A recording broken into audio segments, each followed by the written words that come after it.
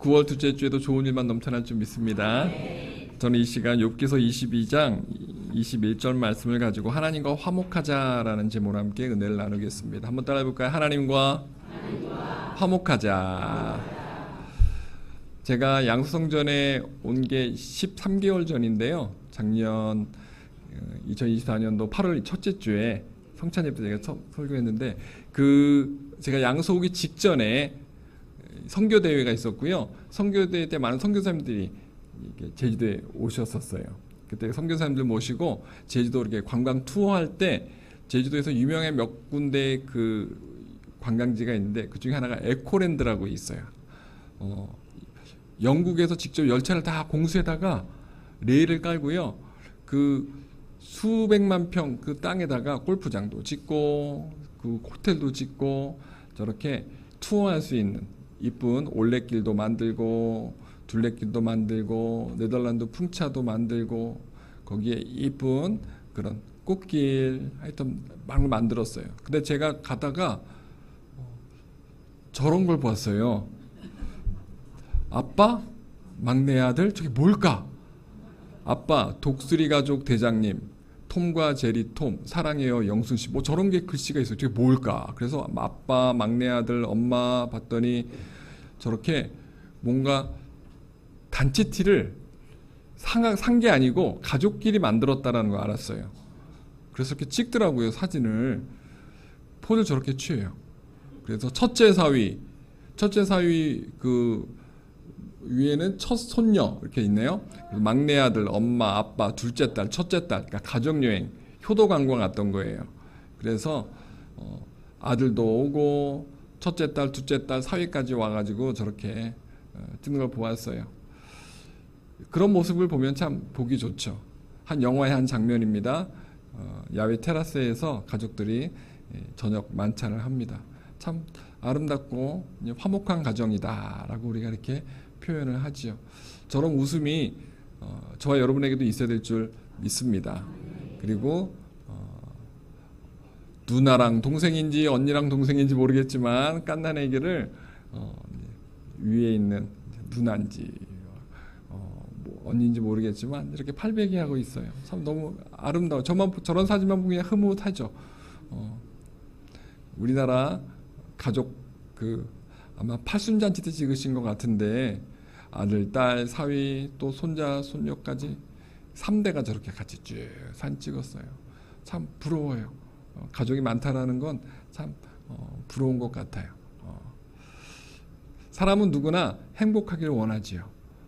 그래서 부모와 친하고 가깝고 부부와 또 자녀들이 서로 화목하면 너무 좋은 거예요. 그럴 때 우리가 행복이라는 것을 경험하게 됩니다. 근데 오늘 성경 본문 말씀에 화목이라는 단어가 나오는데 하나님과 화목하라라는 단어가 나오는데 그 화목을 찾아보니까 영어로 하모니예요. 오늘 찬양대가 성가를 불렀지 않습니까? 찬양을 그때 그 아름다운 화음을 우리가 하모니라 그래요. 그래서 소프라노, 엘도, 테너, 베이스 이 아름다운 이 화음이 어우러질 때 사람들의 귀가 행복한 것이죠. 가족 안에도 그런 화목이 필요해요.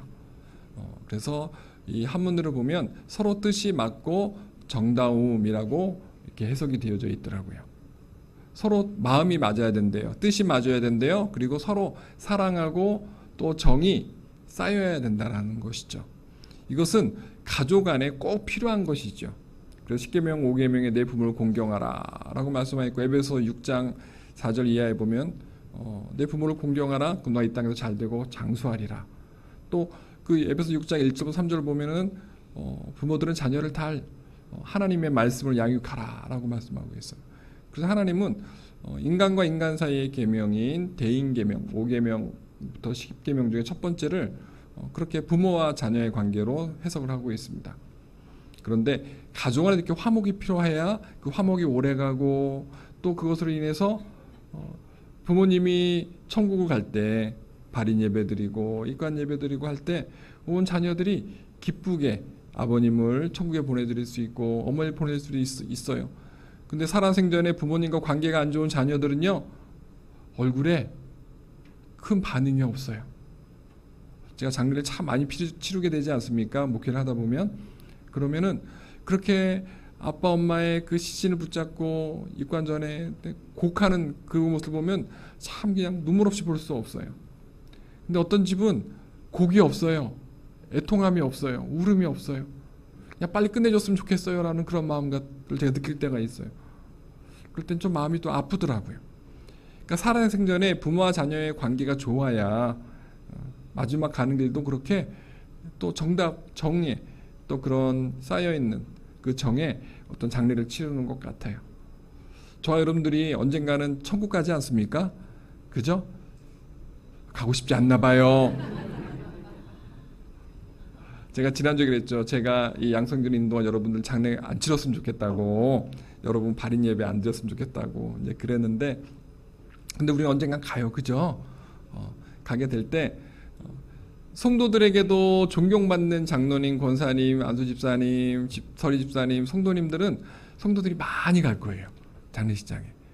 그런데 성도들을 돌보지 않고 다른 성도와 관계가 별로 이렇게 좀 원활하게 형성이 되시지 않은 분들은 분명히 그 장례식장이 썰렁할 것 같아요. 그럴 것 같아요? 안 그럴 것 같아요? 그럴 테니까요. 여러분 집안에서도 그렇고, 친구들 장례 칠 때도 그렇고, 회사에서 장례 칠 때도 마찬가지예요. 무언가 좋은 영향력을 미치고 선한 영향을 미치고 사랑을 베풀었던 분들에게는요, 많은 사람들이 같이 가서 장례의 위로를, 또 옆에 가서 또 조문을 합니다. 근데 그 정반대의 경우도 많지요. 이렇듯 사람과 사람 사이에서도 살아생전에 화목이 필요해요. 그런데 그 화목에 있어서 우리가 하나님과의 관계에 있어도 화목이 필요하다라는 거예요. 욥이 고통 가운데 아내는 도망가고 자식들은 다 잃고 짐승들도 다 잃고 종들도 다 잃었고 떠났을 때 기왓장으로 자기 상처를 박박 긁으면서도 하나님께 불평하지 않고 끝까지 믿음을 지켰어요. 그런 욥의 그 마음 아픈 이야기, 하지만 훗날 욥이 하나님께 갑절의 복을 받지 않습니까? 갑절의 복을 받아요. 그 이야기가 욥기서에 아주 드라마틱하게 쓰여져 있어요. 근데 오늘 본문 22장 21절에 너는 하나님과 화목하고 평안하라 그리하면 복이 내게 임하리라. 이런 말씀이 기록되어져 있어요. 따라합시다. 하나님과 화목하고 평안하라. 그래서 저와 여러분들이 오늘 이 시간 함께 화목에 대한 부분을 살펴볼 텐데요. 잠언서 17장 1절에 보면 이러한 말씀이 있어요. 마른 떡 한 조각만 있고도 화목하는 것이 고기 제육이 집에 가득하고도 다투는 것보다 나으니라. 아무리 집이 부자고 음식이 풍성해도 화목하지 않으면 별로 은혜롭지 않다라는 거예요. 떡 한 조각만 있어도 온 가족이 화목한 게 좋다라는 거예요. 우리가 오늘 이 예배 때 하나님과 영적인 식사를 하는 거예요. 하나님께 우리에게 영적인 말씀도 주시고 은혜도 주시는 거예요. 믿으십니까? 그런 하나님께서 주시는 그러한 은혜가 있어요. 근데 그러려면 나 개인과 하나님과의 관계도요 중요하다라는 거예요. 일주일 동안 월화수목금토 내가 어떤 삶을 살았는가가 되게 중요하다라는 거예요. 매일매일 주님과 동행한 사람은 오늘 예배가 더 화목할 거예요. 근데 주중에 기도도 안 하고 식기도도 빼먹고 미수생활 안 하고 또 재직 사명 감당 안 했으면 뭔가 하나님 앞에 죄송한 마음에 예배가 자유롭지 못할 거예요. 그래서 저와 여러분들은 월화수목금토 얼만큼 주님과 가까이 지내고 화목하냐에 따라서 오늘 이 예배 때 하나님께서 주시는 영적인 떡이, 양식이 풍성할 수도 있고 풍성하지 않을 수도 있다라는 거예요. 저와 여러분들의 삶 속에 하나님의 크신 은혜가 있어야 될 줄 믿습니다. 평강의 복이 있어야 될 줄 믿습니다. 풍요의 복이 있어야 될 줄 믿습니다. 그러면 어떻게 되느냐? 하나님과 화목하래요. 하나님과 가까이 지내고요, 친하고요, 하나님과 정을 많이 나누래요. 사랑을 많이 나누래요. 이것이 우리 인생에 가장 필요한 덕목이라고 생각을 합니다. 그러면 하나님과 화목하려면 어떻게 해야 될까? 첫 번째, 따라합시다. 막힌 담을 허물어야 합니다. 하나님과 나 개인과의 관계 속에서 막힌 담이 있을 수 있어요. 하나님 앞에 나아갈 때 뭔가 장애물이 있을 수 있다는 거예요. 그거를 해결해야 된다는 것이죠. 절 보세요. 여러분 교도소를 가본 적 있나요? 저는 교도소에 총 3번 갔다 왔어요. 목사님의 인생에 빨간 줄이 3번 거졌다는 얘기인가? 수감됐다는 얘기인가? 그거 아니고요. 제가 대만에 지금부터 25년 전에 제가 고등부 담임할 때 학생들이랑 같이 대만 선교를 갔을 때 그 선교사님이 대만 선교라고 그 감옥 선교를 하셨어요. 교도소. 그래서 학생들이 그 대만 사람 앞에서 월십 댄스도 하고 그다음에 선극도 하고 그랬었어요. 그때 제가 처음 교도소에 안에 들어가 봤고, 두 번째, 세 번째는 여의도 교회에 우리 여도순복음교회 교정복지 선교회가 있어요. 그래서 그 교도소를 다니면서 예배를 인도하는, 그때 제가 총 2번 거기에 있는 우리 봉사자들과 함께 가서 교도소 가서 설교한 적이 있어요. 근데 가면 교도소가 드라마나 영화에 보통 굉장히 높아요. 그죠? 벽이 되게 높아요. 왜 벽이 높을까요? 맞아요. 못 나오게. 바깥에서도 못 들어가지만 들어오지 말라고 하는 용도보다는 안에 있는 사람 보고 밖에 나가지 말라고 못 나가게 하는 용도죠. 도저히 사다리나 어떤 밧줄이 없으면 그 담을 뛰어넘을 수 없어요. 그래서 아주 유명한 교도소일수록 벽이 높아요. 저기 높아요. 미국이나 해외에 보면 섬에다가 교도소를 만드는 경우도 있어요. 바다를 헤엄쳐서 못 나오는 그런 먼 섬에다가 탈출 못하는 그렇게 교도소를 할 때가 있어요. 하지만 그 섬 같은 경우 외에는 다 담장으로 벽으로 이렇게 높이 세우지 않습니까? 그러면 어떻게 합니까? 가족이 가서 만나고 싶어도 허락한 문으로만 들어가서 만나야 돼요. 제가 교도소 갔을 때 예배실까지 갔는데 문을 4번인가를 지나가더라고요. 교도소 정문을 지나가고 그 안에 또 검색대가 있고요. 그 안 건물 안에 또 건물 들어갈 때 또 있고요. 문은 4개, 철장문을 4개를 지나가야 예배실, 그 강당에 들어가더라고요. 평상시엔 잠겨 있는 거예요. 저와 여러분들이 하나님과의 관계 속에서 높은 교도소의 담장 같은 그 담이 있으면 우리가 하나님을 만나고 싶어도 하나님을 못 본다라는 거예요. 하나님이 들어오고 싶어도 못 들어오는 거예요. 내가 하나님을 믿지 않는 불신의 담장, 하나님 앞에 불신의 담장을 막아놓으면 하나님이 들어오고 싶어도 못 들어오는 거예요. 이 자리에서 예배드리지 않는, 지금 전 세계에 있는 교회에서 예배드리지 않는 많은 사람들은 하나님을 인생의 주인으로 모시지 않은 분들이에요. 예수님을 구주로 모시지 않은 분들이에요. 그분들 믿지 않는 사람들의 마음에는요, 담장이 있는 거예요. 자기들의 신만, 아니면 자기 자신을 믿든 자기가 믿는 신만 믿지 하나님이 들어올 수 있는 문을 안 만들어 놓은 거예요. 그래서 담장을 다 높여 놓은 거예요. 근데 저와 여러분들은 그 담장을요, 불신 담장을 하나씩 제거했던 거예요. 벽돌 하나씩 제거하다가 어느 순간 그래 한번 교회 가보자. 엄마 따라서, 아빠 따라서, 친구 따라서, 뭐 옆에 있는 동네 이웃 따라서 한번 가보자 해가지고 여러분들이 교회 처음 나온 건 아니겠습니까? 그냥 드라마틱하게 온 거예요. 그때 여러분들이 마음의 담장을 내려놓고 불신의 담장을 내려놓고 하나님과의 관계 속에서의 어떤 그런 담장을 다 허물고 하나님 전에 나와서 예배드리기 시작했다라는 거예요. 그리고 다시는 담을 안 쌓으신 거예요. 그래서 여러분들이 이 자리에서 주님을 예배하는 예배자가 된 거예요. 그래서 저와 여러분들은 주님 나라 갈 때까지 어떤 일이 있어도 하나님을 떠나지 않아야 될 줄 믿습니다. 담장을 쌓지 않아야 될 줄 믿습니다. 그래서 저는 하나님과 인간 사이에도 담장이 있는데 그 담장 관리는 누가 해야 되느냐? 내가 해야 된다는 거예요.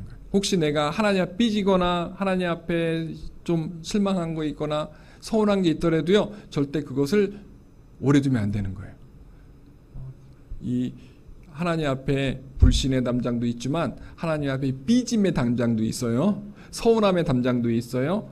여러 가지 담장이 있을 수 있어요. 마귀가 우리에게 자꾸 줘요. 그럼 그걸 우리가 발로 차버려야 되는데 그걸 자꾸 쌓아놓는 거죠. 하나님 앞에. 왠지 오늘은 주일 예배 가기 싫고, 오늘은 철예배 가기 싫고, 수예배 가기 싫고, 새벽 가기 싫을 때가 있어요. 그 마귀가 주는 거예요. 그때 그걸 헐어야 돼요. 교도소 담장이 평균 한 5m에서 6m거든요. 하나님과 우리들 사이의 그 담장은 높이 제한이 없어요. 하지만 분명한 건 하나님을 내가 볼 수 있는, 인간적인 눈으로 봤을 때 한 1.5m, 1.6m 돼야 안을 들여다볼 수 있잖아요.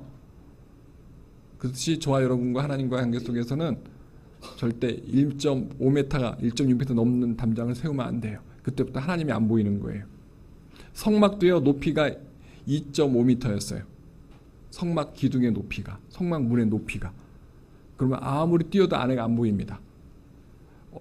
동쪽으로 난 유일한 성막 정문을 통해서만 성막에 들어가서 예배할 수 있었다라는 거예요. 하나님이 열어주셔야 돼요. 하나님이 초청해 주셔야 돼요. 하나님이 열어주시고 초청해서 저와 여러분들을 하나님의 자녀 삼아주신 줄 믿습니다. 그 절대 저와 여러분이 남은 생에는 하나님과 나 사이에 담을 세우면 안 된다라는 거예요. 막힌 담을 세우면 안 된다라는 거예요. 근데 우리가 하나님 앞에 죄를 지어야 안 지어요? 죄를 지어요. 그래서 로마서 3장 23절에 보면 모든 사람이 죄를 범하였으면 하나님의 영광에 이르지 어떻게? 못하더니. 그러니까 죄라고 하는 그런 담장이 세워지면 하나님의 영광을 경험할 수 없다라고 성경은 이야기하고 있습니다. 사람과 사람 사이에도요, 서로 사기치고 죄를 지으면요, 안 봐요. 등져요. 때론 부부간에도 부모와 자녀간에도 등집니다. 그래요, 안 그래요? 여러분이 아파서 낳은 그 자식이 항상 여러분한테 효도만 하던가요? 너무 솔직하시네. 아니래. 그렇다니까요. 여러분도 여러분 부모님에게 속을 썩인 적이 있었고요. 마음 아프게 한 적이 있어요. 그리고 여러분 자녀들이 여러분 마음을 아프게 한 적이 있고 손자 손녀가 여러분 마음을 아프게 할 수도 있다라는 거예요. 그러면 보기 싫은 거예요. 아무리 이쁜 손주들에도 자식이라도 꼴 보기 싫을 때가 있다는 거예요. 하나님이 저와 여러분들을 꼴 보기 싫을 때가 있다라는 거예요. 보고 싶은데 마음이 안 열리는 거예요. 하나님 마음. 왜? 자꾸 부정적인 말하고 자꾸 성경에서 말하는 거 반대로만 하고 십계명에 하라는 거 저 반대로만 하고 맨날 이웃과 싸우고 성도와 싸우고 사랑은 베풀지 않고 늘 받기만 원하고 하나님 마음이 아픈 거예요. 그럼 하나님의 영광이 임할 수가 없어요. 하나님의 영광이 임할 수 없어요. 그래서 우리가 금요일마다 출애굽기 공부했잖아요. 시내산에 오를 때 하나님께서 3일 동안 옷을 빨고 옷을 깨끗하게 하고 하나님의 영광 맞을 준비를 해라라고 합니다. 그리고 나서 모든 인생의 죄악을 다 씻어버리고 거룩한 몸으로 시내산에 올라와라. 그러셨을 때 하나님의 영광이 임했어요. 마찬가지예요. 우리가 평상시에도 하나님과 동행하고 하나님과 화목하려면 어떻게 되느냐? 죄의 담을 허물어야 된다라는 것이죠. 하나님 마음을 아프게 해드리면 안 돼요. 그래서 성경에 보면은 화목제라는 게 있어요. 화목제. 사진 한번 보여주실래요? 화목제가 있어요. 하나님께서 십계명에 그 십계명을 주시고 나서 성막을 지으라고 또 명령하시거든요. 그때 5가지 제사를 이야기할 때 화목제를 이야기해줘요. 그게 레위기 3장 1절부터 5절까지 있어요. 그러니까 회개한 죄인이 하나님과 화해하고 하나가 되었다는 사실을 표현하는 제사가 화목제예요. 따라서 화목제. 번제, 소제, 화목제 여러 제사가 있어요. 근데 그 제사 가운데 하나님과 화목하기 위해서 드리는 제사가 이 화목제라는 거예요. 토단을 쌓고 흙으로 제단을 쌓고 불을 지펴가지고요. 거기다가 짐승을 드려요. 그게 구약의 성막 제사였어요. 성전 제사였어요. 돌담 제사였어요. 돌제단이었어요. 그런데 2000년에 예수님께서 이 땅에 오셔서 그 번제단의 희생 제물이 되어 주신 거예요. 어린 양이 되어 주신 거예요. 물과 피를 다 쏟아 주신 거예요. 구약에는 화목제를 통해서 하나님 앞에 내가 화목을 이룰 수 있었는데 이제 그게 불가능했어요. 자꾸 또 죄를 지으니까. 그러니까 하나님께서는 예수님을 이 땅에 보내주신 거예요.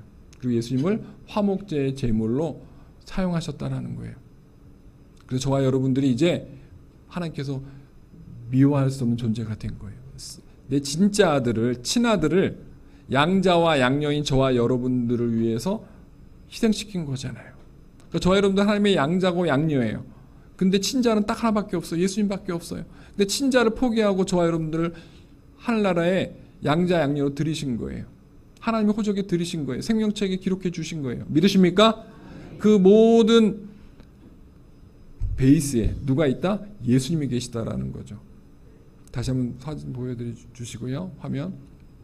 그래서 하나님과 인간 사이에 깨어진 그 관계를 예수님이 십자가는 더하기잖아요. 더하게 해주신 거예요. 붙여주신 거예요. 저게 화목이라는 것이죠. 그래서 데살로니가전서 5장 10절에 보면 예수께서 우리를 위하여 죽으사 우리로 하여금 깨든지 자든지 자기와 함께 살게 하려 하셨느니라. 하나님과 함께 우리를 살게 해주시고자 하나님의 나라에 저와 여러분을 초청해서 함께 살고 싶으셔서 예수님을 이 땅에 죽게 했다. 그 말씀이에요. 그래서 예수께서 우리를 위하여 죽으사 우리로 하여금 저와 여러분으로 하여금 깨든지 자든지 하루 24시간 1년 365일 주님과 함께 살게 하려 하셨느니라. 예수님과 함께 살고 하나님과 살게 하고 성령님과 함께 살게 하려 하셨느니라. 예수님의 십자가 죽음의 최종적인 목적은요, 저와 여러분과 함께 매일 같이 있고 싶은 거예요. 프로스쿠네 하고 싶은 거예요. 울가에게 내가 예배자 찾으러 왔다. 프로스쿠네를 찾으러 왔다. 영적으로 입맞춤하고 영적으로 포옹하고 싶어 왔다. 그다음에 그 예배를 찾으러 왔다라는 그 말씀을 십자가에서 이루신 거예요. 여러분 모두 예수님의 십자가별로 날마다 거룩해지시기 바랍니다. 그것이 주님과 화목할 수 있는 첫 번째 발자국인 줄 믿습니다. 두 번째로 우리가 예수님과 화목하려면 어떻게 되느냐? 주님과 화목하려면 어떻게 되느냐? 예수님 구주로 영접해야 될 줄 믿습니다. 따라서 주님과 화목하려면 영접해야 합니다. 로마서 3장 23절 24절에 보면 모든 사람이 죄를 범하였음에 하나님의 영광에 이르지 못하더니 그리스도 예수 안에서 있는 구속으로 말미암아 하나님의 은혜로 값없이 의롭다 하심을 얻은 자 되었느니라. 우리가 하나님과의 막혀있는 담을 허문 다음에 그 다음부터 매일 하나님을 영접하고 성도 같은 이유로는 우리가 주님 나라 갈 때까지 계속 예수님을 구주로 영접해야 된다는 거예요. 요한복음 14장 6절에도 예수께서 가라사대 내가 곧 길이요 진리요 생명이니 나로 말미암지 않고는 누구에게로 아버지께로 올 자가 없느니라. 그러니까 우리의 인생 속에 예수님이 항상 투게더 해야 돼요. 입말로 해야 된다는 것이죠. 요한일서 2장 같이 읽어볼까요? 시작. 그는 우리 죄를 위한 화목 제물이니 우리만 위할 뿐 아니요 온 세상의 죄를 위함심이라. 분명히 화목 제물이라고 표현합니다. 오늘 주제는 화목인데 성경 곳곳에 저 화목이라는 단어가 나오고 그 화목을 위해서 예수님께서 제물이 되어주셨다. 그래서 화목 제물이라고 표현되어 있는 거예요. 저와 여러분들의 죄를 저와 여러분 스스로 해결할 수 없기에 예수님께서 대신 십자가에서 치러주신 거예요. 대속해 주신 거예요. 값을 지불해 주신 거예요. 그 예수를 우리는 화목 제물이라고 우리 2000년 전에 요한이라고 한 예수님의 제자가 표현한 것을 오늘 본문을 통해서 읽고 있는 거예요. 그는 예수님은 우리의 죄를 위하여 화목 제물이 되었다. 여러분 주님 나라 갈 때까지 우리의 구주된 예수님을 우리 마음의 주인을 모셔야 될 줄 믿습니다. 그래서 성막을 보면요 높이 2.5m에 저렇게 여기 축구 운동장 한 반만한 게 있어요. 폭 10m짜리 성막문을 통과해야만 그가 들어갈 때 짐승을 가지고만 가야 들어갈 수 있어요. 빈손 절대 못 들어갑니다. 소나 양이나 염소나 비둘기 4종류 중에 한 가지를 가지고 들어가야 돼요. 근데 짐승이 없는 사람, 재물이 없는 사람들은 못 들어가는 거예요. 가난한 사람은 비둘기라도 들어가야 되는 거예요. 그래서 양이나 염소나 비둘기 그 다음에 소를 가지고 들어갑니다. 그런데 구약에 5가지 제사가 있어요. 번제, 소제, 화목제, 속죄제, 속건제예요. 근데 그 세 번째 노란 글씨로 제가 표현해놨잖아요. 번제, 소제, 번제는 태워드리는 거고요. 소제는 이제 쉽게 말하면은 이제 곡물도 드리고 이제 여러 가지 그런 쉽게 말하면 과일 같은 걸 드릴 수 있는 거예요. 화목제는 아까 얘기했죠. 번제, 소제와 다르게 속죄제, 속건제, 속죄를 지어서 속건제, 어떤 죄와 관련된 거예요. 저것도 설명은 너무 길어지니까 제가 그냥 생략하고요. 가운데 저 화목제는요 비둘기를 드릴 수가 없어요.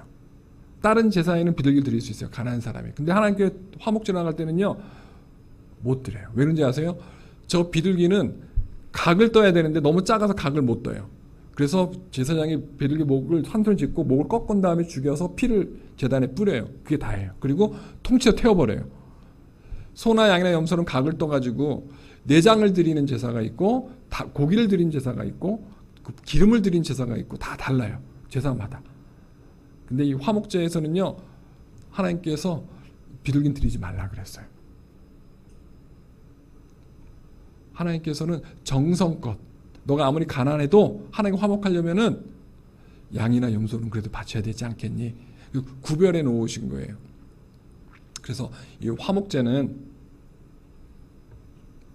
레위 3장 1절 5절에 회개한 죄인이 하나님과 화해하고 하나님과 되었다는 사실을 표현하기 위한 드리는 제사가 되겠습니다. 아까 제가 설명해 드렸죠? 하나님과 화해하고 하나가 되는 사실을 표현하는 거예요. 제가 이제 하나님과 하나 되었습니다. 감사합니다. 지금부터 계속 하나님과 화목하게 지내고 싶습니다. 가까이 지내고 싶습니다. 매일매일 임마누엘 동행하고 싶습니다라고 하는 제사라는 거예요. 그래서 저와 여러분들은 주일뿐만이 아니고 매일매일 하나님과 화목해야 되기 때문에 늘 마음속에 화목제를 드려야 되는 거예요. 계속 보여주시면요. 그래서 아까 제가 보여드렸던 건데 예수님이 그 화목제물의 그 희생양이 되어주신 거예요. 그래서 플러스가 되어주신 것이지요. 저와 여러분들이 주님 나라 갈 때까지 주님과 매일매일 화목한 삶을 살아야 될 줄 믿습니다. 세 번째로 하나님과 화목하려면 어떻게 되느냐? 하나님의 손을 잡고 동행해야 된다라는 거예요. 그래서 매일매일 만나길 노력해야 된다라는 거예요. 따라서 간절한 마음으로 하나님 만나길 노력해야 합니다. 그것이 예배고 기도고 찬양이고 봉사예요. 그러니까 주일날 우리가 오면요, 여러분 개인적으로 속죄제를 드려야 될 때 사는 사람이 있고 화목제를 드려야 할 사람이 있는 거예요. 사람마다 하나님 앞에 가지고 온 사인이 달라요. 특별히 오늘은 하나님 앞에 제가 속죄제를 지켰습니다. 속죄제 제사를 드리겠습니다. 대표적인 우리 성찬주일이에요. 성찬주일은 가장 대표적으로 우리가 하나님 앞에 회개의 제사를 드리는 날이에요. 속죄제. 그 나머지 둘째 주, 셋째 주, 넷째 주는 우리가 주님께 늘 화목제를 드려야 되는 거예요. 개인적으로 죄를 지으면 예배 전에 회개하고 예배에서 찬양을 시작하고 예배에 참석해야 되는 거고요. 그리고 거룩한 모습 주님을 예배해야 되는 거죠. 자, 예배, 기도, 찬양, 봉사. 그래서 사람과 사는 사람이 화목하면 얼굴이 밝고 대화가 잘 되듯이 저와 주님과 화목하면요, 월화수목금토 화목하면 주일 예배 때도 주님과 가까이서 만나는 것처럼 하나님을 느낄 수 있다라는 거예요. 하나님 임재도 경험할 수 있고요. 그리고 잠언서 8장 17절 읽어볼까요? 시작. 나를 사랑하는 자들이 나의 사랑을 입으며 나를 간절히 찾는 자가 나를 만날 것이니라. 간절히 찾는 자가 누구를 만난다고요? 하나님을 만날 수 있다라고 분명히 기록하고 있어요. 하나님의 사랑을 다 입었어요. 입은 건 다 입었어요. 그런데 찾고 안 찾고는요, 개인의 몫이라는 거예요. 사모함이 있어야 되고요, 목마름이 있어야 돼요. 간절함이 있어야 돼요. 따라서 사모함, 목마름, 간절함, 그것이 예배 때마다 있어야 된다라는 거예요. 그거 당연한 거예요. 모든 예배, 공예배 참석할 때마다 있어야 되고 지구형 예배 참석할 때도 있어야 돼요. 예배 종류는 크게 세 가지가 있어요. 개인 예배가 있고, 그 다음에 회중 예배가 있어요. 그 다음에 우리가 알고 있는 어떤 큰 절기 예배들이 있어요. 그런데 회중 예배, 이 회중 예배 때는 다른 성도와 같이 드리지만 누군가 날 대신해서 대표기도도 해주시고 헌금기도도 해주시고 찬양도 해주시지만 혼자 있을 땐 불가능하잖아요. 혼자 말씀 펴놓고 말씀 읽고 또 찬양도 하고 기도하는 거잖아요. 그 개인 예배인데, 그 개인 예배 때 우리는 하나님 앞에 화목제를 드려야 되는 거예요. 속죄제도 드려야 되지만, 죄도 회개되지만, 하나님 저를 자녀 삼아주신 것 감사합니다. 구원시켜서 감사합니다. 오늘 하루도 하나님 은혜 가서 살게 하여 주옵소서. 출근한 남편 기억해 주시고, 안전운전하게 해주시고, 직장에서 좋은 일 형통할 일 있게 해주시고, 학교 간 자녀들, 또 출가한 자녀들 하나님께서 안전으로 지켜주시고, 자녀들에게 학업의 복, 지혜의 복, 암기력, 창의력, 집중력 부어 주시옵소서. 출가한 자녀들, 우리 사위, 며느리까지 다 그냥 통틀어서 같이 축복 기도해 주셔야 되는 거죠. 이제 그렇게 이제 하나님께 예배를 드려야 되는 거예요. 그것이 매일매일 개인 예배가 있어야 된다는 거죠. 그래서 한국 사람들이 너무 힘들고 어렵게 살다 보니까 까먹으니까 하나님이 대한민국만 세계 최초로 또 세계 유일하게 새벽 예배를 만들어 주신 거예요. 하도 개인적으로 예배를 안 드리니까, 기도 생활을 안 하니까. 청교도 신앙을 가진 미국 사람들이나 유럽 사람들은 기도가 배어 있고요, 그런 말투가 배어 있어요. 그렇게 세워진 나라들이기 때문에. 근데 우리 대한민국, 아시아는 그렇지 않았어요. 어려웠어요. 불교, 유교가 가득했고 무속이 가능했어요. 그러니까 선교사님들이 대한민국 안에 많은 예배를 만들어 주시고 또 새벽 예배도 만들어 주신 거예요. 하나님의 계획인 거죠. 그만큼 하나님께서는 저와 여러분, 이 대한민국 사람들을 가까이 두고 싶었던 거예요. 그래서 새벽 예배도 만들고, 그럼 새벽 예배 끝나고 나서도 집에 가서도 또 찬양하고 기도하고 찬양도 듣기도 하고 방송도 틀어놓고 하셔야 된다라는 거예요. 제가 중학교 1학년 때 오살리 기도원 가서 은혜 받고 나서 그 다음에 집에 가면 늘 성경책을 봤어요. 그리고 고1 때 제가 하나님께 주의적으로 부름받은 그 여름 수련회, 고등부 여름 수련회 이후로는요, 방학 동안 그 해 고등학교 방학 동안 하루에 말씀 읽는 거는 뭐 엄청 많이 읽었고, 말씀 안 읽으면요 기독교 방송 틀었어요. 극동 방송 틀고요. 그래서 찬양도 듣고 말씀 강해도 듣고 설교도 듣고 그랬었어요. 하루에 10시간을 15시간 들었어요. 새벽 2시에 방송이 끝나면 아세아 방송이라고 북한이나 조선족들이나 아니면은 저기 중국의 그러니까 조선족들 북한 동포들한테 하는 방송이 있었어요. 그걸 듣다가 자요. 그럼 새벽 5시에 찌찌찌 그래요. 또 방송 시작하면 또 듣고 시작하는 거예요. 녹음해서 찬양은 녹음해서 계속 듣고, 제가 고1 때부터 그렇게 했어요. 그리고 이제 개학하고 학교 다니기 시작하면은 그렇게 못 듣잖아요. 그래서 최소한 집에 와서 몇 시간씩은 듣고 잤어요. 전 그게 너무 좋았어요. 찬양 듣는 게 좋고 말씀 듣는 게 좋고 그랬어요. 나중에 고3 졸업하고 신학교 갔는데 한세대학 갔는데 시험을 보는데 다 아는 내용이에요. 3년 동안 늘 방송에서 들었던 내용이에요. 라디오 방송에서 들었던 얘기예요. 그래서 장학금을 탔어요. 2등 장학금 탔어요. 2등 장학금. 1등은 아빠가 한세대 교수님이었어. 자기 아들은 A 부르고 저는 A 주셨어요. 그런 것 같아. 저만 그렇게 해석하는. 그 친구 목사가 1등하고 제가 2등을 했어요. 그 다음에도 또 3등하고 다 3년 동안 고등학교 때 공부했던 내용, 기독교 방송에 들었던 내용, 성경 신학적인 내용들이었어요. 말씀 강해들. 전 그렇게 주의 종의 길을 준비했고, 여의도교회 일부 배단위 성가대에서 성가대하면서 캠대학 선교회에서 철학 찬양팀을 하고 주일 찬양팀을 하면서 또 개척교회 가서 지휘도 하면서 그렇게 제가 신학교 시절을 보냈고, 또 군대 가서도 그렇게 군종병하면서 교회를 하나님 앞에 드릴 수 있었어요. 건축해 드릴 수 있었어요. 그래서 저는 제가 중1 때 오살리 기도원에서 하나님과 영적인 체험, 또 고1 때 수련회 때 하나님과 영적인 체험, 그래서 어머님을 따라갔던 여성교회 금식성에서 받았던 방언과 성령 체험과 또 고1 때 받았던 성령의 기름 부음과 주의 종으로의 부르심, 하나님의 음성을 들었던 그 순간, 저는 제 인생에 가장 잊지 못하는 순간이에요. 여러분들이 혹시 하나님을 까먹거나 시험이 들거나 어려움이 있을 때 어떤 걸 생각해야 되느냐? 하나님을 가장 강하게 만났던 그 순간을 회상하셔야 돼요. 은혜를 생각하셔야 되는 거예요. 그때 나를 하나님께서 불러주셨고, 그때 나한테 은혜를 주셨고, 나에게 기름을 부어주셨는데 내가 이러면 안 되지 하고 다시 하나님과 화목의 약속을 해야 되는 거. 하나님, 제가 회개합니다. 제가 하나님 앞 원망했던 거, 또 불성실했던 거, 부충했던 거 회개합니다. 용서하여 주옵소서 하고 다시 하나님의 손을 잡아야 되는 거예요. 다시다. 하나님의 손을 날마다 잡자. 그것이 하나님을 간절히 찾는 거예요. 그래서 아침에도 찬양, 점심에도 찬양, 저녁에도 찬양, 아침에도 기도, 점심에도 기도, 저녁에도 기도, 잠자기 전에도 기도. 여러분들이 매일매일 주님과 프로스크네요. 영적인 입맞춤, 영적인 포옹하시면서 매일매일 개인 예배 성공한 은혜가 있으시길 축복합니다. 마지막으로 하나님과 화목하면 어떤 결과가 있을까요? 많은 열매가 있습니다. 첫 번째, 삶이 평안하게 된다라는 거예요. 따라합시다. 삶이 평안하게 됩니다.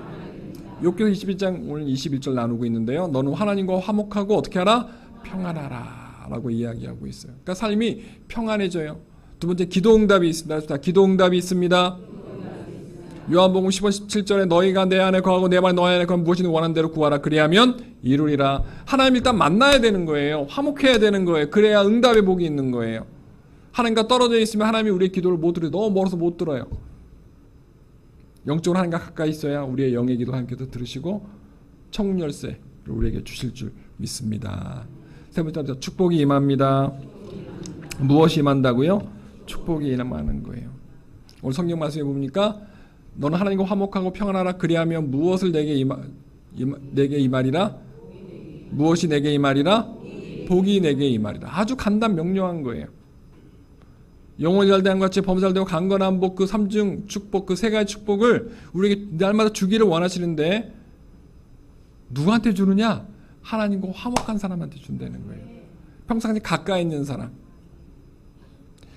필요할 때만 찾아오는 것이 아니라 매일매일 하나님이 좋아서, 하나님이 생각나서, 하나님이 보고 싶고 하나님의 음성이 듣고 싶어서 성경책을 보고 찬양을 듣고 교회에 발걸음한 사람 하나님께서는요 복 주신다라고 약속하고 있다라는 거예요. 사도 바울이 인생의 가장 큰 전환점을 맞이한 사람이죠. 예수 믿는 사람들을 핍박했던 바울이 다메토상에서 예수님 만나고 예수님의 음성 듣고 눈이 멀어졌다가 또 밝아지면서 사도 바나바 밑에서 사도 훈련을 받고요. 그 다음에 나중에 사도가 되죠. 그리고 전도여행 1차 선도여행, 2차 선교여행, 3차 선교여행, 마지막 로마 순교하는 4차 선교여행을 갑니다. 그 바울이 여러 교회를 세우면서 가장 힘들었을 때가 있었어요. 그때가 사도행전 18장에 나오는 고린도 교회에서의 사역이었어요. 그때 주님께서 바울에게 찾아오십니다. 밤에 주께서 환상 가운데 바울에게 말씀하시되 두려워하지 말며 침묵하지 말고 말하라. 내가 너와 함께 있음에 어떤 사람도 너를 대적하여 해롭게 할 자가 없을 것이니 이는 이 성중에 내 백성이 많음이라 하시더라. 여기저기서 핍박이 왔어요. 막 그런 앞에 10절 보여주세요. 그 어려운 그런 소문들이 많이 들렸어요. 바울 공격한 사람들이 많았어요. 그러니까 하나님이 직접 와서 위로해 주시는 거예요. 하나님이 사도 바울 편을 들어주시는 거예요. 야, 이 고린도 성에 너를 지지할 사람도 있어. 과거에 네가 선교행했던 그런 많은 교회에서 엉뚱한 소식들이 들어오고 너를 핍박하고 막 음해하는데 걱정하지 마. 내가 너를 확실하게 알잖아. 그리고 너를 돕는 사람도 여기 예비해 뒀어.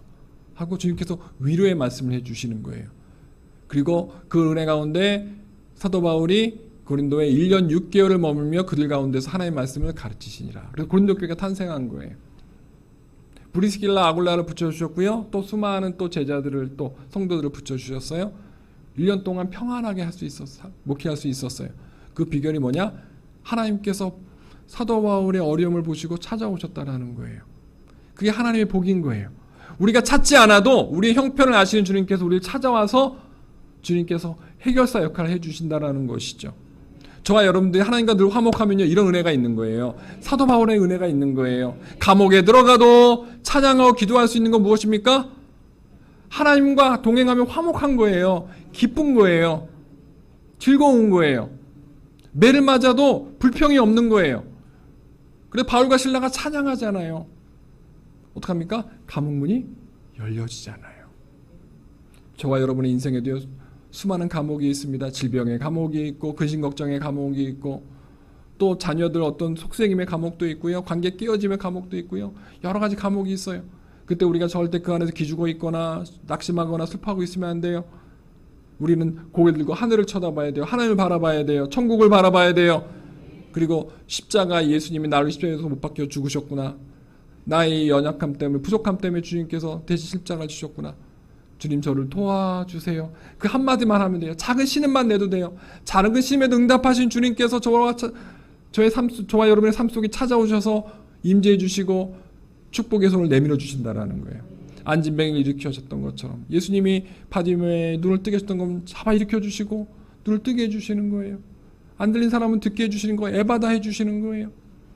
여러분이 인생의 감옥을 만날 수 있어요. 앞으로 또 만날 수 있어요. 질병의 감옥, 근심 걱정의 감옥, 절망의 감옥 만날 수 있어요. 그때 절대 여러분들 불평하지 마세요. 오히려 화목제를 드리세요. 하나님 저에게 이 고난을 주셔서 감사합니다. 욥처럼 이렇게 고백하세요.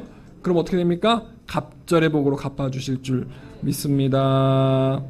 마지막으로 제가 여러분에게 설교할 때 가장 많이 간증했던 록펠러 이야기를 하고 오늘 설교 말씀을 마칠까 합니다. 록펠러는요 어떤 사람이었냐면요, 보여주지 마세요.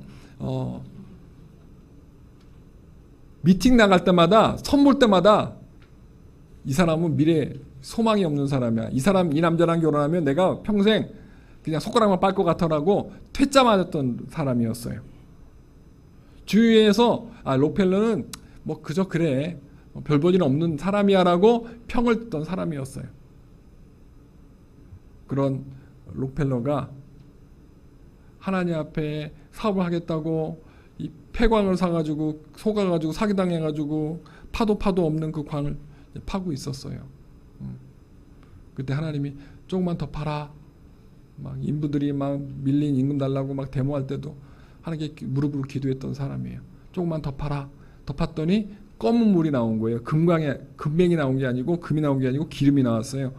그래서 미국 최고의 정유회사의 그 발판이 되었던 거죠. 화면 보여주실래요? 1839년에 태어나가지고 미국 석유 사업가가 되었고 오하이오 스탠더드 석유회사를 설립했고요. 1882년에는요. 미국 내 정유소 95%를 운영했어요. 쉽게 말하면 지나가는 주유소 있죠? 그 95%를 갖고 있다고 생각하시면 돼요. 그 기름을 만드는 그런 정유소를. 대학교가 24개, 그리고 교회가 4,928개를 건축한 사람이에요. 우리가 너무 자주 들었던 그 록펠러예요. 근데 록펠러의 과거는요, 스타트는 그러지 않았다라는 거예요. 실패의 거듭이었고 여자들한테 늘 차였던 남자였다라는 거예요. 근데 하나님과는 계속 화목하려고 노력했어요. 그게 어머님의 신앙의 유산이었어요. 하나님과 화목했던 록펠러의 어머니가 그렇게 록펠러를 만들었던 거예요. 그래서 록펠러가 살아생전에 저렇게 멋있는 시카고 대학도 세웠고요. 그 다음에 리버사이드 교회 너무 멋있어요. 양성전에도 저런 은혜가 있을 줄 믿습니다. 그래서 76세 때 신문기자가 물어봤어요. 최고의 부자가 성공한 비결은 무엇입니까? 그랬더니 어머니께 물려받은 신앙의 유산이었습니다. 첫 번째 신앙의 유산은 11조 생활이었고, 두 번째 신앙의 유산은 맨 앞자리에 앉아서 예배를 드리는 것이었고, 세 번째 교회를 다닐 때 교회 일에 순종하고 목사의 마음을 아프게 하지 않는 것이었습니다. 이것이 76세 때 성공 비결을 묻는 기자한테 대답했던 내용이 되겠습니다. 어머니가 총 10개의 신앙의 유산을 줬고 그 중에 3가지를 가장 마음에 담았던 거예요. 우리가 잘 알고 있는 대로 11조 생활 예배 때 꼭 40분 전에 예배 자리에 앞에서 앉았고, 엄마가 $2 용돈을 주면, 한 달 용돈을 주면 20센트씩 꼭 11조를 시작해 드렸던 그 록펠러. 그때 하나님이 그 록펠러를 축복해 주셨던 거예요. 근데 그 어머님이 그렇게 하나님과 화목했던 거고, 그걸 본 록펠러가 어머니를 흉내냈던 거예요. 신앙의 유산을 받았던 거예요. 그래서 저렇게 됐던 거예요. 그냥 록펠러가 탄생한 게 아니에요. 하나님과 화목했기 때문에, 하나님께 그런 삶을 드렸기 때문에 하나님께서 록펠러를 그렇게 축복해 줬던 거예요. 5,000개에 가까운 교회를 하나님께 드릴 수 있었다는 것. 그 기네스 기록은 어느 누구도 못 깹니다. 제가 봤을 때 아무도 못 깨요. 하지만 우리는 흉내 내봅시다. 아니면 동참이라도 좀 하자는 거예요. 할렐루야. 앞으로 양성전에 아름다운 성전 이전이 있고 더 놀라운 부흥의 은혜가 있을 줄 믿습니다. 그럼 어떻게 해야 되느냐? 양성전이 하나님과 화목해야 되는 거예요. 저를 보여주세요. 하나님과 화목해야 되는 거예요. 여러분의 이 예배가 하나님께 늘 향기로운 제사가 돼야 되는 거예요. 하나님의 영광 받으신 예배가 돼야 되는 거예요. 그래서 모이기 힘쓰시고, 여러분 자녀들 꼭 전도하시고, 손자들 전도하셔서 꼭 교회 같이 손잡고 나오셔야 되고요. 그리고 우리 교회 학교 아이들 위해서 열심히 또 후원도 해주시고, 청년을 위해서 후원해 주셔야 다음 세대를. 여러분 제가 예언하건대 20년 후에 여기에요 30명밖에 못 앉아 있어요. 20년 후에 30년 지나면 10명밖에 없다니까요. 30년 여러분 다 100세인데 90세인데 그잖아요. 저도 없고 여러분도 없다라는. 우리 교회를 누가 지켜요? 여섯봉교를 누가 지켜요? 양손을 누가 지킵니까? 저 뒤에 우리 교회학교 친구들이 와 있어요. 얘들아 고마워. 그래 목사님 오늘 마지막 예배라고 와줘서 고마워. 우리 철야 때 늘 우리 친구들이 교회학교 친구들이 와서 예배를 제가 너무 그게 은혜가 됐어요. 얘들아 철야 예배 앞으로 계속 나와. 우리 미래들인 거예요. 여러분들 하나님과 그렇게 화목하고 열심히 봉사하고 예배하는 걸 우리 믿음의 후손들에게 보여줘야 돼요. 교회학교 친구들한테 보여줘야 돼요. 열심히 헌신하는 거 보여줘야 돼요. 저 사람이 성전 건축한 거면 나도 그때 해야지. 그러시면 안 되고 내가 제일 먼저 해야지. 그렇게 하셔야 되고요. 저 사람이 봉사를 안 하는데 내가 제일 먼저 봉사해야지. 내가 손 들고 자원해야지. 그렇게 하셔야 된다라는 거예요. 그래야 주는 그리스도 살아계신 하나님의 아들이라고 고백했던 그 시몬한테 너 이름 시몬 치우고 버려버리고 너 베드로라 그래. 반석이라 그래. 내가 하나 보너스 더 줄게. 청문 열쇠 줄게. 땅에서 묶으면 하늘에서 묶이고 땅에서 풀리면 하늘에서 풀릴 거야. 남들보다 먼저 손들고 먼저 뭔가 이렇게 한 베드로가 그런 복을 받은 거예요. 여러분 절대 막차 타거나 뒷차 타지 마시고 첫 번째 타셔요. 열심히 봉사하고 열심히 예배하고 뭐든지 어떤 최고를 하나님께 드리려고 노력하셔요. 그게 하나님의 마음을 감동시키는 비결이고, 그래야 여러분이 하나님과 가까이 지낼 수 있고, 성경에 그걸 화목하다라고 얘기하고 그걸 화목제물이라고 화목제사라고 말씀해 주시는 거예요. 여러분 주님 나라 갈 때까지 내가 여기까지 신앙생활하고 여기까지 봉사해서 그만둬야 되겠다는 생각 절대 여러분들 마귀가 준 생각 속지 마시고, 내가 호흡이 멈추는 순간까지 천국 가기 전까지 이 땅에서 남은 생애 동안 내가 지금까지 드리지 못했던 시간, 드리지 못했던 정성, 드리지 못했던 달란트 하나님께 드려야 되겠다. 여러분들이 이 시간에 작정하시기를 축복합니다. 그럴 때 하나님께서 여러분을 사용해 주시고요, 여러분의 집안도 지켜주시고 후손들도 지켜주시고 보호해 주시는 거예요. 록펠러 가정처럼 그렇게 믿음의 명품 가문이 되는 거예요. 우리 양수성전 앞으로 하나님께 더 사랑받고 칭찬받고 축복받는 그런 양수성전 되시기를 주님으로 축복합니다. 우리 두 손 높이 들고 한번 고백해 볼까요? 주님과 항상 동행하며 축복받는 사람이 되게 하소서. 처음부터 끝까지 시작. 주님과 항상 동행하며 축복받는 사람이 되게 하소서. 더 크게 시작. 주님과 항상 동행하며 축복받는 사람이 되게 하소서. 아멘. 여러분, 남은 생에 날마다 하나님과 동행하며 프로스쿠네하며 임마누엘하며 구원의 복, 형통의 복, 건강의 복을 누리시기를 주님으로 축원을 드립니다. 축원을 드립니다. 기도하시겠습니다. 하나님, 오늘 저희가 주님 앞에 나와 예배하면서 주님께서 가장 기뻐하시는 예배에 대해서 함께 나누었고, 화목제사에 대해서 나누었고, 또 그 화목제물이 되었던 예수님, 그 은혜를 나누었습니다.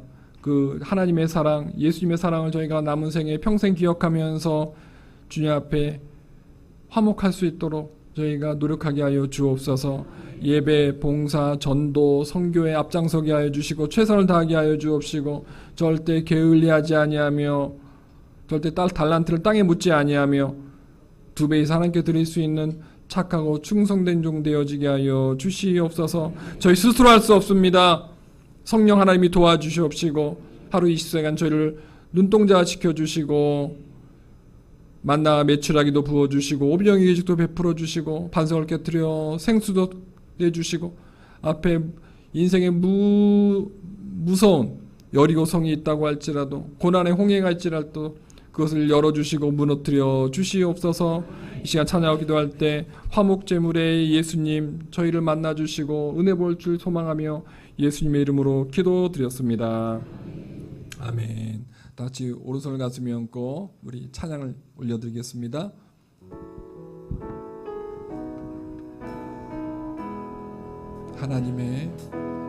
하나님은 나를 지키시는 자, 나의 우편에 그늘 되시니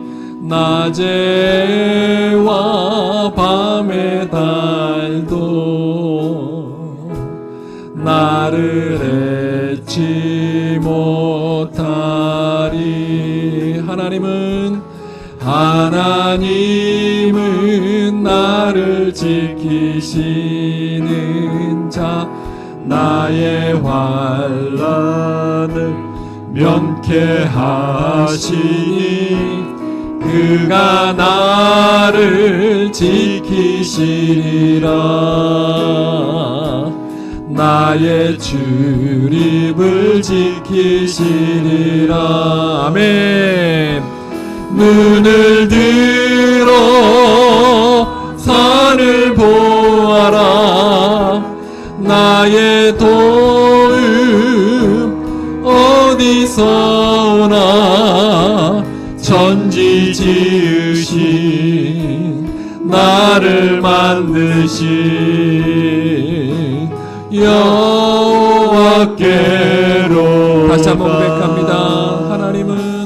하나님은 나를 지키시는 자, 나의 우편에 그늘 되시니 낮의 해와 밤의 달도 나를 잊지 못하리.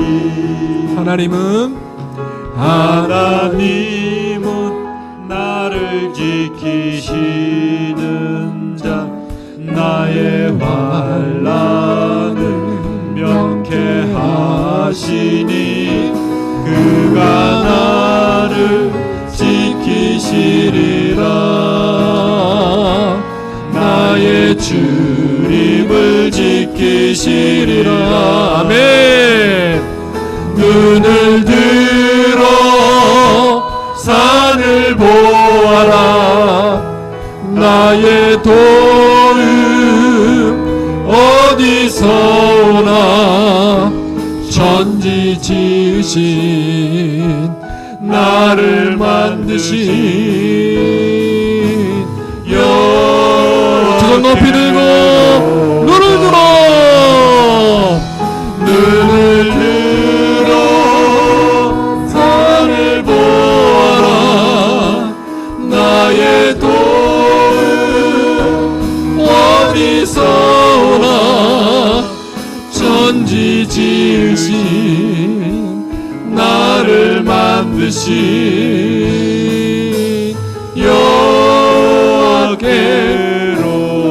이제 두 손을 들고 하나님, 저희 두 손을 평생 붙잡아 주시고 인도하시고 축복하소서. 그러게 날마다 예수 충만하게 하시고 성령 충만케 하소서. 이 시간 가지고 온 기도 제목이 있습니다. 가지고 온 질병도 있습니다. 주는 안수하시고 해결하여 주시고 치료하여 주시옵소서. 우리 간절히 주님 찬양하시고 기도합니다. 주여 주여 주여. 성령 하나님 환영하고 인정하고 모셔드립니다. 십자가 예수님 환영하고 인정하고 모셔드립니다. 이 아침에 기도하는 예배하는 우리 양서성경 우리 모든 주의 종들과 모든 성도님들 한 분 한 분 기억해 주시고 요복이 부어 싶던 축복을 부어 주시옵소서. 주님 앞에 범죄치 않게 하시고 불충하지 않게 하시고 게으르지 않게 하시고 주 앞에 충성케 하소서. 거룩한 하나님의 백성으로 살아가게 하여 주옵시고 충성된 일꾼으로 살아가게 하여 주시옵소서. 하나님 앞에 인정받는 성도들 되게 하여 주옵시고 하나님께 축복받는 성도들 되게 하여 주시옵소서. 그 예수님이 필요합니다. 막힌 담을 허물어 주시옵소서. 십자가 은혜를 부어 주시옵소서. 성령의 기름 부어 주옵소서.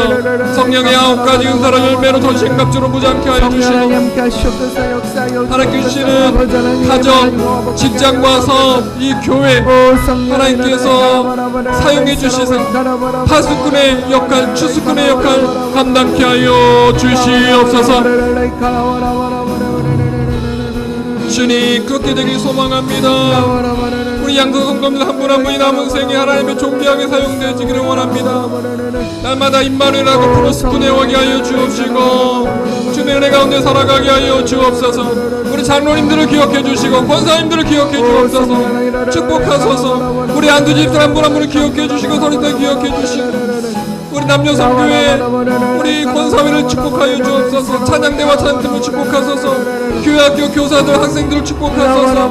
우리 유치부 유아부 초등부 중등부 고등부 청년들 기억해 주시고 남은 생에 임마누엘의 복 하복의 복을 허락하여 주시옵소서. 사용하소서. 사용하소서. 하나님의 나라 확장을 위하여 전도의 통로로 선교의 통로로 사용하소서. 양수성전을 축복의 통로로 사용하소서. 우리 여전순복음교회를 축복의 통로로 사용하여 주시옵소서. 주님 그를 믿고 감사합니다. 주님 그를 믿고 감사합니다. 필요한 물질도 공급해 주시고 건강도 공급하여 주시옵소서. 가정에 화목도 부어주시고 교회 안에 화목도 부어주시옵소서. 주님 고맙고 감사합니다. 그렇게 될 줄 믿고 감사합니다. 주님 고맙고 감사합니다. 여러분 가운데 아프신 분이 아픈 걸 얹어주시기 바랍니다. 또 기도 제목인 다른 손 가슴에 얹으시면 감사하겠습니다. 제가 여러분에게 기도해드리겠습니다. 하나님 병든 몸이 있습니다. 부모님에게 받은 유전적인 병도 있고 나 스스로 건강관리 못해서 생긴 병도 있고 또 의심가는 질병도 있고 나이가 들어 또 고령이 되어져서 몸에 기력이 세해진 것도 있습니다. 이 모든 것 주 앞에 이 시간 가지고 나왔사오니 주의 보혈의 손으로 안수하여 주시옵소서. 이 시간 내가 예수 명하나를 믿으며 던진 환부만 아픈 곳마다 보혈의 능력이 임할지어다. 치료의 광선이 비추어질지어다. 그가 채찍에 맞아 너희가 나음을 입었다 하셨던 것처럼 이 시간 그 십자가 보혈의 능력으로 양성 모든 성도님들을 건강케 하여 주시옵소서. 약함은 강함이 될지어다. 오장육부는 튼튼하게 될지어다. 두통은 떠나갈지어다. 불면증, 치매 증상 사라질지어다. 머리가 상쾌해질지어다. 암기력이 좋아질지어다. 기억력이 좋아질지어다. 시력이 좋아질지어다. 청력이 좋아질지어다. 숨쉬는 게 편하게 될지어다. 모두 특용증 비염 사라질지어다. 기관지가 튼튼하게 될지어다. 폐가 튼튼하게 될지어다. 잇몸 치아 건강할지어다. 하나님, 특별히 위장이 약합니다. 소화가 잘 되어지게 하여 주시옵소서. 위암은 떠나갈지어다. 소장, 대장, 십장, 전립선, 항문 강건할지어다. 모든 피부가 깨끗하게 될지어다. 손이 저리고 발이 저리고 팔목이 아픈 모든 증상도 사라질지어다. 손과 발이 튼튼하게 될지어다. 뼈 마디마디 튼튼케 하여 주옵소서. 연골이 또 인대가 튼튼케 하여 주시옵소서. 허리 디스크 튼튼케 하여 주시옵소서. 뼈가 튼튼하게 될지어다. 뼈 안에 골다공증 증상 사라질지어다. 남은 생에 근육 때문에 뼈 때문에 정형외과 가지 않게 하여 주시옵소서. 하나님, 피 속에 많은 나쁜 것들이 있습니다. 제거하여 주옵소서. 콜레스테롤도 제거하여 주옵시고 그 모든 그 피덩어리들이 다 부드러워지게 하여 주시옵소서. 모든 혈관 속에 흐르는 피가 깨끗하게 될지어다. 고혈압, 저혈압, 당뇨 모든 수치 정상으로 돌아올지어다. 갑상수치 정상으로 돌아올지어다. 몸의 바이오리듬이 정상으로 돌아올지어다. 몸에 생기가 생길지어다. 근력이 생길지어다. 면역력이 향상될지어다. 모든 염증, 암세포들은 다 사라질지어다. 하나님, 제가 일일이 선포하지 않은 그런 질병들도 많습니다. 근데 하나님은 이미 다 알고 계신 줄 믿사오니 속히 건강케 하여 주시옵소서. 이 자리에 없는 부모님, 배우자, 자녀, 손자, 손녀들 건강의 복이 있을지어다. 하나님이 저희를 하나님 자녀 삼아주신 것 감사합니다. 하지만 하나님의 불충함으로 말미암아 저희가 세상에 무거운 짐을 가지고 왔습니다. 수고하고 무거운 짐진 자 다 내게로 와, 내가 너희를 쉬게 하리라. 그 약속의 말씀 붙잡고 가슴에 얹었습니다. 저 삶의 무거운 짐 하나님 가볍게 하여 주옵소서. 이 시간 내가 예수 명하노니 가정의 문제 해결될지어다. 직장과 사회 문제 해결될지어다. 부모님과 배우자, 자녀의 손자, 손녀들의 앞길에 어려움이 다 사라질지어다. 온 가족의 꿈이 이루어질지어다. 꿈과 비전이 이루어질지어다. 특별히 자녀들의 앞길에 학업 회복, 진학 회복, 취업 회복, 결혼 회복, 또 태문이 열려지는 복이 임할지어다. 자녀 때문에 절대 눈물 흘릴 일이 없도록 하나님께 자녀의 앞길을 눈동자 지켜주시고 모든 자녀 손녀들은 다 구원하여 주시고 믿음의 후손 만들어 주시고 축복의 후손 만들어 주옵소서. 믿음의 명품 가문 만들어 주시옵소서. 하나님, 교회에 많은 기관들이 있습니다. 봉사자들이 있습니다. 하나님 앞에 재능의 옥화, 물질의 옥화, 시간을 깰 때마다 하나님께서 옆에 보시고 하늘의 복으로 갚아 주옵시고 그 하나님의 축복을 많이 받아서 그것이 또 간증이 되어지게 하여 주옵소서. 이 자리에 교회 학교 친구들도 함께 예배합니다. 우리 친구들 남은 생에 하나님 앞에 이쁨 받게 해주시고 부모님에게 사랑 많이 받게 해주시고 교회 어르신들에게 사랑 많이 받아서 우리 자녀들 가운데 훗날 이 교회를 든든히 세워가는 훌륭한 주회종 나오게 해주시고 선교사님도 나오게 해주시고 훌륭한 장로님 권사님도 나오게 하여 주옵시고 이 양수성전에 앞으로 나아갈 많은 성전 이전과 교회 부흥에 우리 주님께서 우리 모든 성도를 사용해 주시고 청년들을 사용해 주시고 교회 친구들을 사용하여 주시옵소서.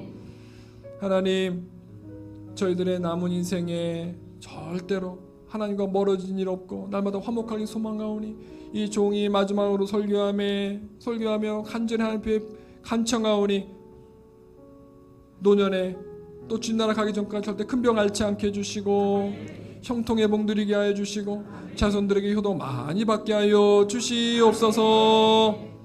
항상 좋은 소식 서로 듣게 하여 주옵시고 아름다운 간증 듣는 그런 저와 또 우리 모든 양성경 성도들 될 수 있도록 축복하여 주시옵소서.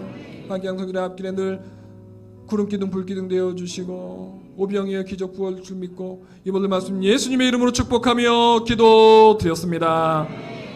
아멘. 할렐루야. 하나님 고맙고 감사합니다. 하나님 감사합니다.